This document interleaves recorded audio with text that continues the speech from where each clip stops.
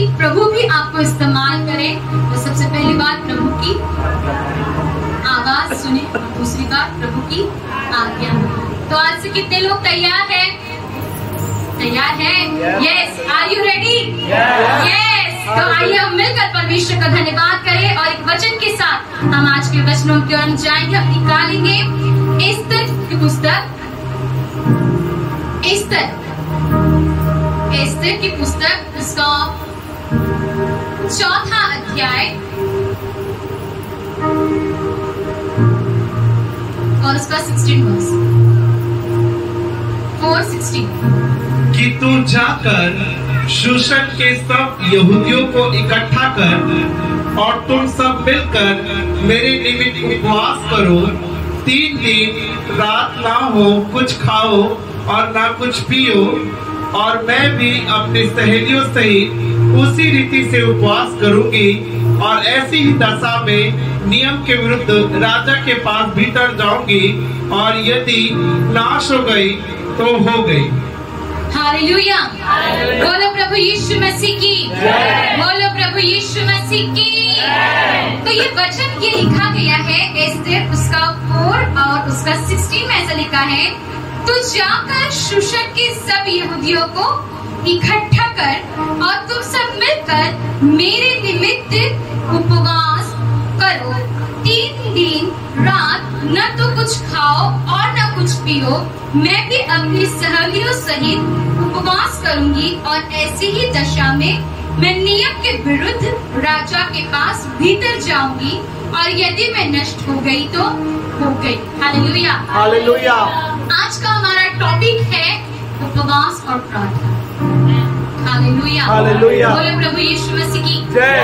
उपवास और प्रार्थना हमारे जीवन का ऐसा हिस्सा है, हम बोल सकते हैं, जिन्हें हम अगर नहीं करेंगे तो वो पाठ बेकार हो जाएगा।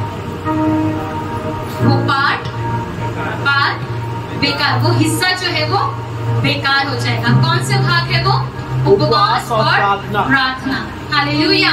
तो लिखा गया है कि तुम सब मिलकर मेरे निमित्त उपवास करो।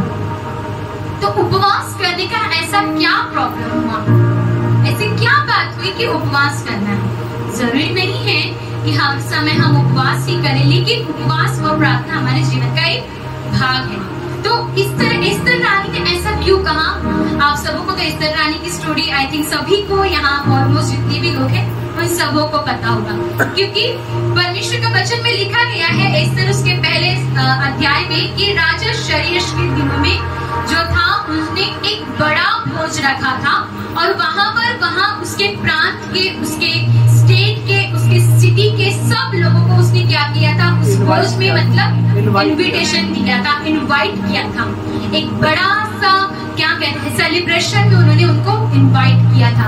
और उस समय इनवाइट करने के बाद क्या हुआ कि राजा शरीयश जो था अपनी पत्नी वष्टी को जो क्या थी? सुंदर थी, बहुत सुंदर थी। उसको उन्होंने आज्ञा दिया कि तुम आओ और जो भी मेरे साथ बैठे हुए हैं, जैसे अगर प्रभु के दास मेरे जो हस्बैंड है वो कहेंगे कि देखो प्रभु के सब दास आकर बैठे हैं, प्रभु के लोग बैठे हैं, तुम भी आकर यहाँ बैठो। तो ये क्या हुआ? बोलिए, आज्ञा का मानना, आज्ञा का पालन करना हुआ। लेकिन वष्टी रानी ने ऐसा नहीं किया। क्यों? क्योंकि उसको अपनी सुंदरता पर घमंड था। Hallelujah, hallelujah. आज्ञा मानने से हमारी सुंदरता कम नहीं होगी, आज्ञा मानने से हमारा फिटनेस कम नहीं होगा, आज्ञा मानने से हमारे बीच में का डिस्टेंस कम नहीं होगा या फिर बढ़ नहीं जाएगा। लेकिन आज्ञा मानने से क्या होगा?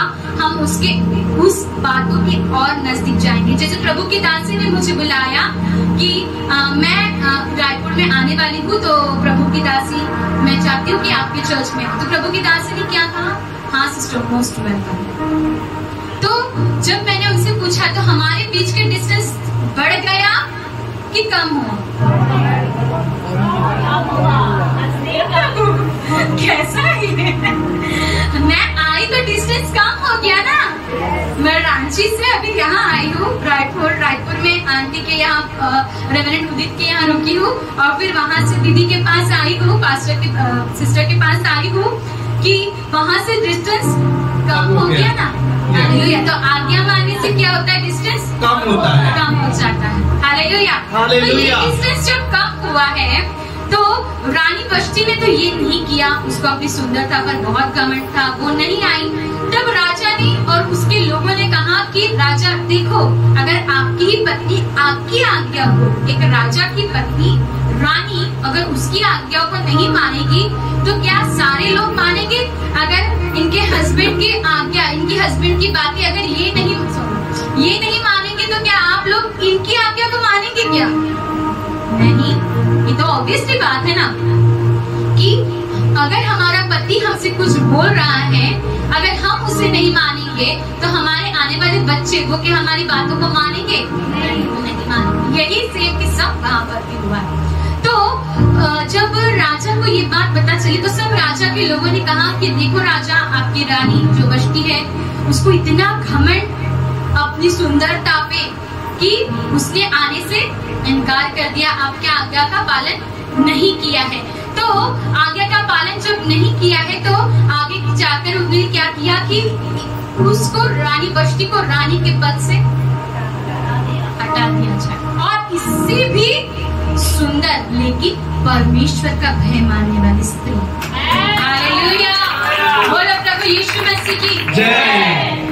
परमेश्वर का भय मानने वाली स्त्री को परमेश्वर ने उस स्थान पर एक परमेश्वर का सर्कल के अनुसार, हम डीपली नहीं जाएंगे, सर्कल के अनुसार परमेश्वर ने एस्तर को उस स्थान पर मोर्देकाई के द्वारा वहाँ पर लेकर आया। हालेलुया।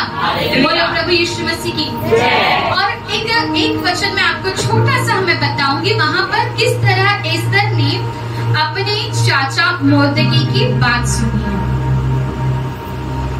हम निकालेंगे उसी में एस्तर उसका 2 अध्याय और उसका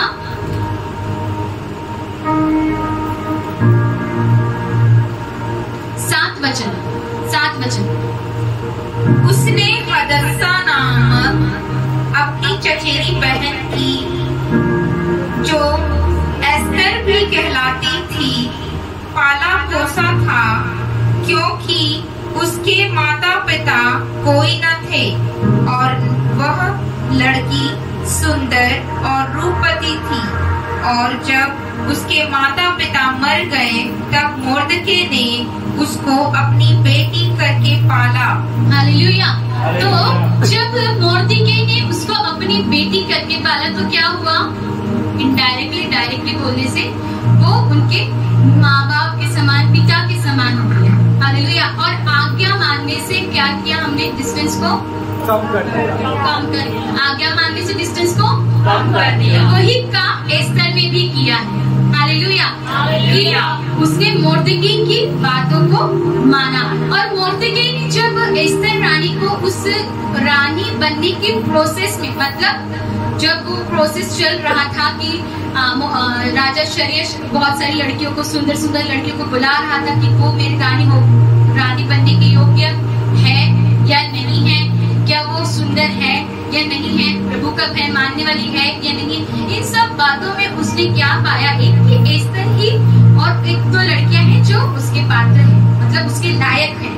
और उसमें से ऐसा हुआ कि कुछ दिनों के बाद एस्तर को रानी घोषित कर दिया। लेकिन जब एस्तर को रानी घोषित किया और जब वो महल में एंट्री की तब मोर्देकाई ने उससे एक बात कही थी, एस्तर तुम महल में जा रही हो लेकिन तुम कौन हो, मतलब तुम कौन हो ये बताना नहीं। एस्तर कौन थी? एक यहूदी स्त्री थी, एक यहूदी महिला थी। हालेलुया। और जब उन्होंने आगे जब देखते हैं कि जिस तरह रानी ने महल में एंटर किया, तो रानी जब एंटर कर रही थी तो जब जो आज्ञा मोर्देकाई ने जो एस्तर को बताया था उसने उसे याद करके रखा। और जब वो गई तो उसने उसे नहीं बताया राजा को कि वो कौन है, किस वंश से है, किस समाज से, ऐसा कुछ भी नहीं बताया। लेकिन एक दिन ऐसा हुआ कि मोर्देकै और यहूदी समाज पर एक बहुत बड़ा सा क्लेश, एक संकट तैयार उत्पन्न हो गया। हालेलुया। और हामान ने मोर्देकै को, जो उससे डाह रखता था, ईर्ष्या रखता था, उसको क्या करना, उसको मार डालना चाहा। ना केवल मोर्देकै को, उसने उसके पूरी जाति को मार डालने का षड्यंत्र रचा। हालेलुया। और जब उसने षड्यंत्र रचा, जब हामान ने, तो मोर्देकै ने क्या किया कि रानी एस्तर रानी को संदेश भेजा कि देखो, तुम्हारे जाति के लोग, तुम्हारे समाज के लोग जो तुम्हारे हैं, उनको हामान ने मार देने का षड्यंत्र रचा है।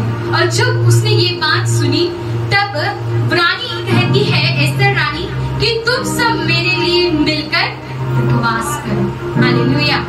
तो सब मिलकर रानी के लिए क्यों उपवास करना है? सब लोग मिलकर रानी के लिए, एक सिचुएशन बोल सकते हैं कि दीदी यहाँ की रानी है, समझिए, तो आप लोगों को मिलकर दीदी के लिए क्यों प्रार्थना करना है, उपवास क्यों करना है? बोलिए बोलिए बोलिए। एक पद पे परमेश्वर ने उन्हें रखा है। हालेलुया। और वो पद क्या है कि उनके समाज को, यहूदी लोगों को बचाने के लिए रखा है। Hallelujah, hallelujah. बोलो प्रभु यीशु मसीह की जय। जब उन्होंने उस स्थान पर रखा है कि अपने लोगों को, अपने समाज को बचाने के लिए उन्हें रखा है, तो उनके जो स्थान है, उस स्थान को हिलाने वाला भी तो कोई है ना, है कि नहीं है? तो उनके लिए प्रार्थना करना हमें इसलिए जरूरी है कि वो जिस स्थान पर बैठी है, वो जिस स्थान पर खड़े हैं, उसके लिए वो हमेशा खड़े रहने के लिए आपको उपवास और प्रार्थना।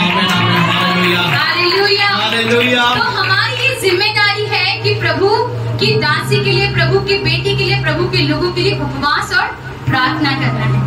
और उसी तरह सभी यहूदी लोगों ने मिलकर, एस्तर रानी की सारी जो सहेलियां थी, उन लोगों ने मिलकर, यहूदी समाज के सब लोगों ने मिलकर एस्तर रानी के लिए उपवास और प्रार्थना किया। उपवास और प्रार्थना का जो आंसर है इस रूप में मिला कि जब रानी राजा के पास गई, पहले के जमानों में ऐसा होता था कि राजा के पास 100 200 रानियां हुई, है ना? सही हुई या नहीं? सही है ना? तो 100 रानी जब होती थी, तो हर रानी को एक एक दिन, कभी मूड बना तो वो खाना खाने बैठने थे, आने थे, मिलने थे, ऐसा वाला था। लेकिन जब रानी ने कहा कि वो मोर्देकै से कि देखो, डैडी, चाचा, जो भी बोलती होगी वो अपने दिनों में, कि देखो, मैं बहुत दिन से वैसे भी राजा के पास बुलाई नहीं गई हूँ, तो क्या हो सकता है कि मैं राजा के पास जाऊं और जो मैं बोलूंगी वो राजा करेगा? हालेलुया। जो मैं बोलूंगी वो राजा करेगा। क्या ऐसा हो सकता है? तो इसके लिए हमें उपवास और प्रार्थना करना है। हालेलुया।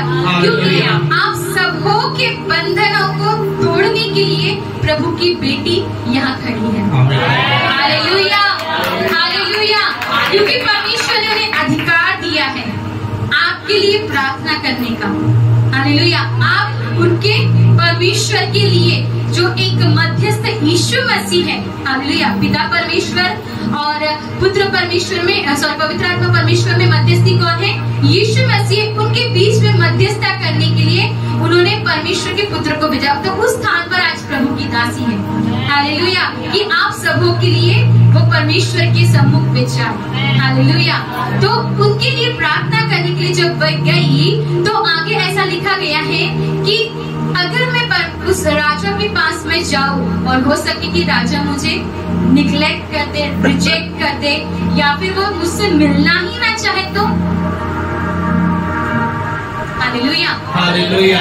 अगर राजा मुझसे मिलना ही नहीं चाहे, अगर हमारे घर में अगर कोई व्यक्ति पड़ोसी आ गया और हमें उससे मिलने की इच्छा ही नहीं है, तो उसको 100 आवाज लगाओ, नहीं तो ढोल ताशा बजा के भी बाहर बुला ला, तो भी वो बाहर नहीं आएगा। उसी तरह वो तो राजा है, उसका मन, उसका क्या कहेंगे, स्तर तो और भी बड़ा है ना?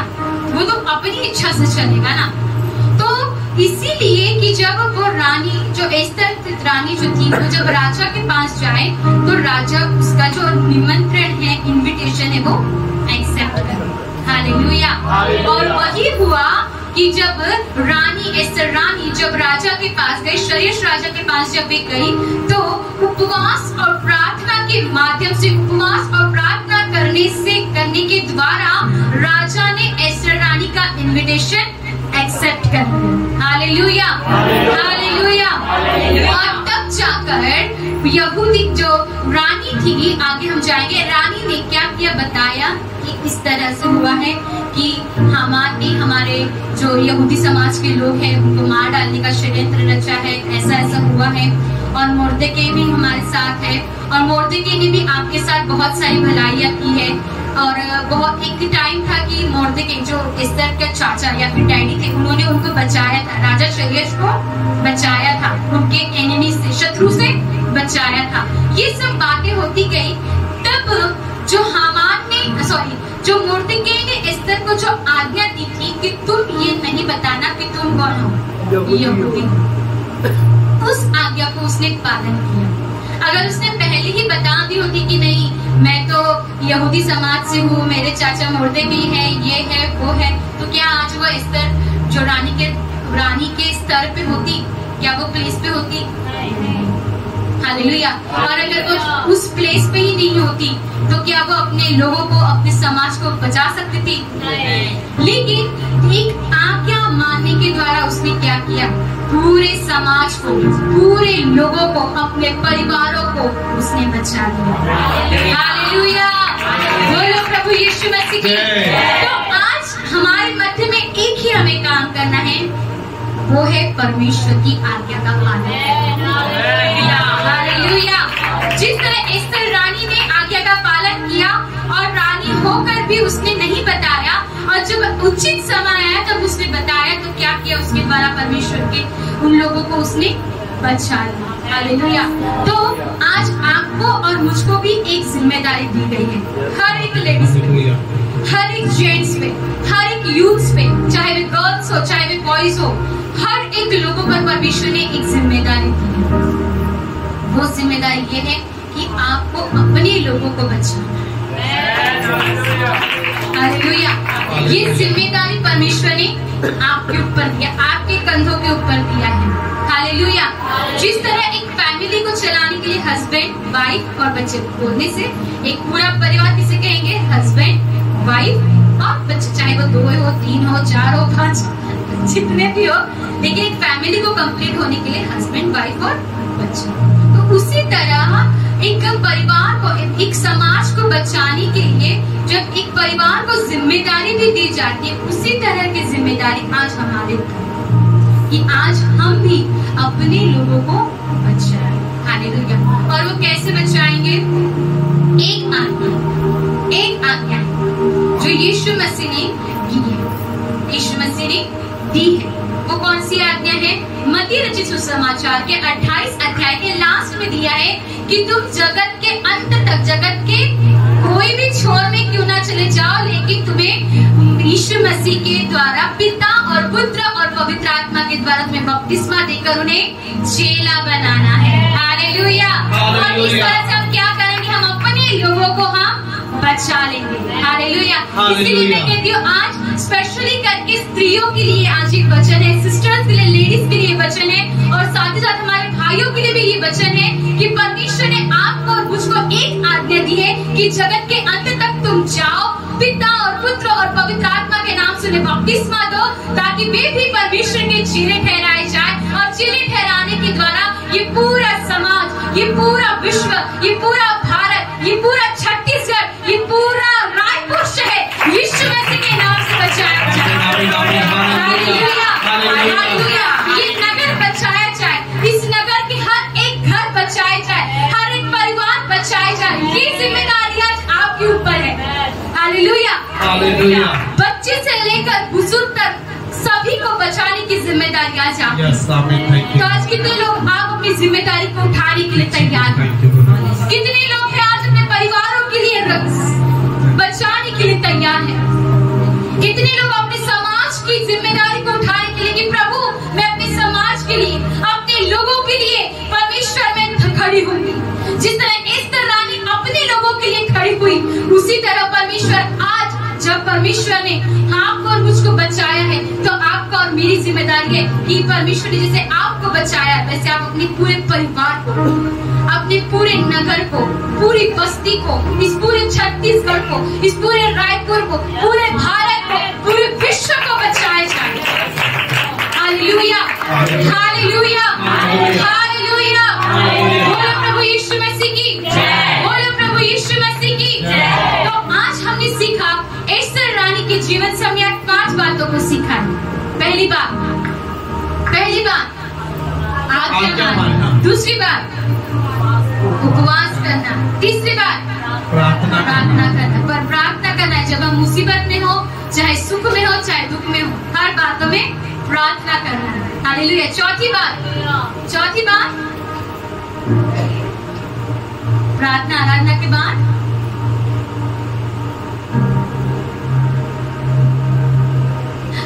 हालेलुया। पहली बात हमने क्या सीखा है? आज्ञा मानना। दूसरी बात प्रार्थना करना। तीसरी बात उपवास करना। चौथी बात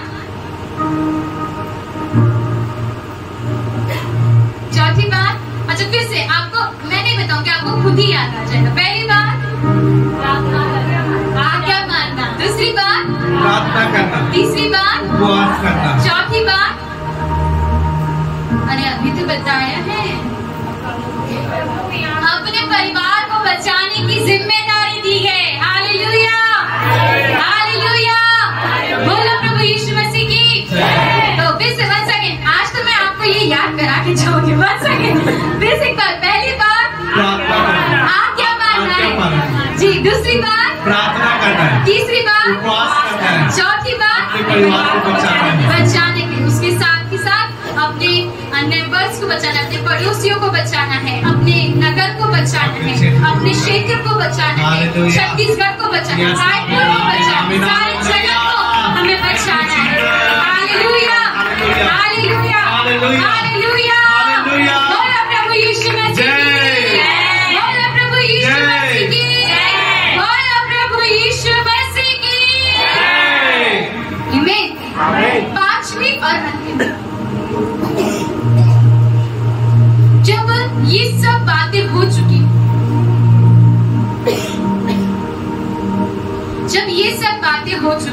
कि मोर्देके हामान जो हामान ने मोर्देके के विरुद्ध जो षड्यंत्र रचा था, वो सब बातें हो चुकी। उसके बाद में एस्तर रानी ने एक बात कही है,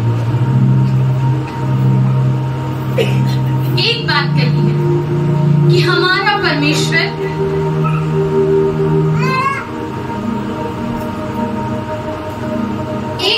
कही है कि हमारा परमेश्वर सर्वोच्च परमेश्वर है।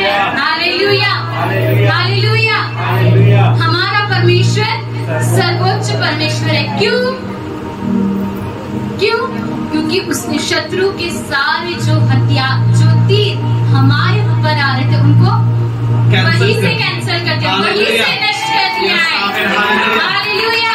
कि प्रभु का वचन भी लिखा है कि कोई भी हथियार, कोई भी तीर, कोई भी बातें, कोई भी विचार, कोई भी बातें हमारे ऊपर कभी भी हावी नहीं होगी, क्योंकि हमारा परमेश्वर सर्वोच्च परमेश्वर है। Hallelujah, hallelujah, hallelujah, hallelujah. आप आज से परमेश्वर की आज्ञा में, उपवास में, प्रार्थनाओं में, परिवार की जिम्मेदारी में और परमेश्वर को सर्वोच्च जो परमेश्वर है उसके लिए ये 5 बातों को जो आज हमने एस्तर रानी के जीवन से सीखा है, क्या उसको आज आप अपने लाइफ में आप लागू करने के लिए तैयार हैं? आप अपने जीवन में तैयार हैं? हालेलुया। कितने लोग तैयार हैं? हालेलुया। इसे परमेश्वर ने जो हमें आज्ञा दी है कि अपने लोगों को बचाना है, यही सबसे बड़ी बात है। हालेलुया।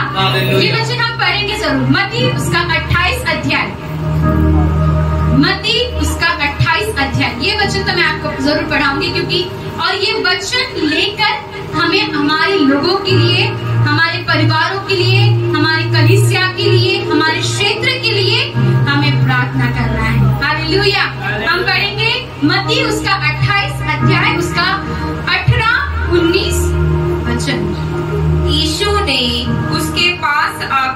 कहा, स्वर्ग और पृथ्वी का सारा अधिकार मुझे दिया गया है, इसलिए तुम जाओ, सब जातियों के लोगों को चेला बनाओ और उन्हें पिता और पुत्र और पवित्र आत्मा के नाम से बपतिस्मा दो। हालेलुया। और 20 वचन में पढ़ेंगे, और उन्हें सब बातें जो मैंने तुम्हें आज्ञा दी है मानना सिखाओ, और देखो मैं जगत के अंत तक सदा तुम्हारे संग हूँ। आमीन। हालेलुया। हालेलुया। तो अगर आप अपने परिवारों के लिए, अपने घर के लोगों के लिए, अपने पड़ोसियों के लिए, अपने क्षेत्र के लिए, इस पूरे रायपुर शहर के लिए, छत्तीसगढ़ के लिए और पूरे देश के लिए अगर आप प्रार्थना करना है तो इस वचन को लेकर आप प्रार्थना कीजिए। हालेलुया। क्योंकि लिखा गया है 20 वचन में, और उन्हें सब बातें जो मैंने तुम्हें आज्ञा दी है मानना सिखाओ। हालेलुया। प्रभु यीशु मसीह की जगत के लिखा गया है, इसलिए तुम जाओ और सब जाति के लोगों को चेला बनाओ और उन्हें पिता और पुत्र और पवित्र आत्मा के नाम से उन्हें बपतिस्मा दो, और जो मैंने तुम्हें बताया है उस आज्ञा को मानना सिखाओ। हालेलुया। हालेलुया। बोलो प्रभु यीशु मसीह की जय। तो आज से परमेश्वर की आज्ञा मानने के लिए कितने लोग तैयार हैं? हालेलुया। हालेलुया। आप अपने जीवन को परमेश्वर के सम्मुख जितना समर्पित करोगे उतना ही परमेश्वर की आप आज्ञा का पालन कर सकते। हालेलुया। जिस तरह मैंने बताया कि जिस तरह मैंने अपनी गवाही में बताया कि जिस तरह मैंने परमेश्वर की बातों को सुना और परमेश्वर की आज्ञाओं को माना, उस तरह परमेश्वर मुझे क्या करते गया? बढ़ाते गए। हालेलुया। तो उसी तरह अगर आपको और मुझको भी अगर उस परमेश्वर की आज्ञा जब हम मानेंगे तो हम परमेश्वर के लोगों को, हम अपनी प्रजा को, परमेश्वर के परिवार को, लोगों को हम बचा सकेंगे। हालेलुया। हालेलुया। बोलो प्रभु यीशु मसीह की जय। तो आज ये जिम्मेदारी हर स्त्रियों पे, हर पुरुष पे, हर जवान लड़कों पे, हर जवान लड़कियों पे, यहाँ तक कि छोटे से छोटे बच्चों पर भी है। हालेलुया। हालेलुया।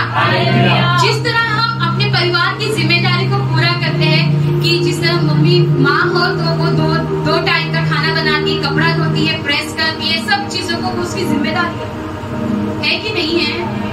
एक माता की जिम्मेदारी क्या है? खाना बनाना है, बच्चों को संभालना है, अगर हस्बैंड ऑफिस जा रहे हैं तो उनकी सब बातों को ठीक से करके देना है, ये जिम्मेदारी है। और हस्बैंड की क्या जिम्मेदारी है? अगर वो बाहर ऑफिस में जा रहे हैं तो कमाई करके घर पे लाना है, ये उनकी जिम्मेदारी है ना। उसी तरह परमेश्वर ने आपको और मुझको भी एक जिम्मेदारी। हालेलुया। हालेलुया। हालेलुया। आज से एक ही बात, एक ही लक्ष्य, एक ही बात परमेश्वर से प्रार्थना करना है, उपवास और प्रार्थना के साथ ही बातें करना है कि परमेश्वर जिस तरह एस्तर रानी ने अपने लोगों को बचाया, अपने समाज को बचाया, अपने लोगों को बचाया, अपने देश को बचाया, इस पूरे विश्व के लिए वे एक रानी के रूप में बचाने, मतलब एक बचाने वाली के रूप में परमेश्वर जिस तरह तूने ठहराया, प्रभु आज उसी तरह परमेश्वर आप मुझे भी अपने लोगों के लिए, अपने समाज के लिए, अपने परिवार के लिए, अपनी कलीसिया के लिए, अपने लोगों के लिए, सारे लोगों के लिए, इस पूरे जगत को बचाने के लिए परमेश्वर मुझे तैयार है। हालेलुया। सभी की तरह जोरदार तालियों के साथ हम परमेश्वर को धन्यवाद करें। प्रभु आज है और एक बार प्रभु अपनी आज्ञा को हम मानने वाले हैं। परमेश्वर हमारे परिवारों के लिए, परमेश्वर हमारे लोगों के लिए, हमारे समाज के लिए, प्रभु इस शहर के लिए, इस क्षेत्र के लिए, प्रभु जी आज परमेश्वर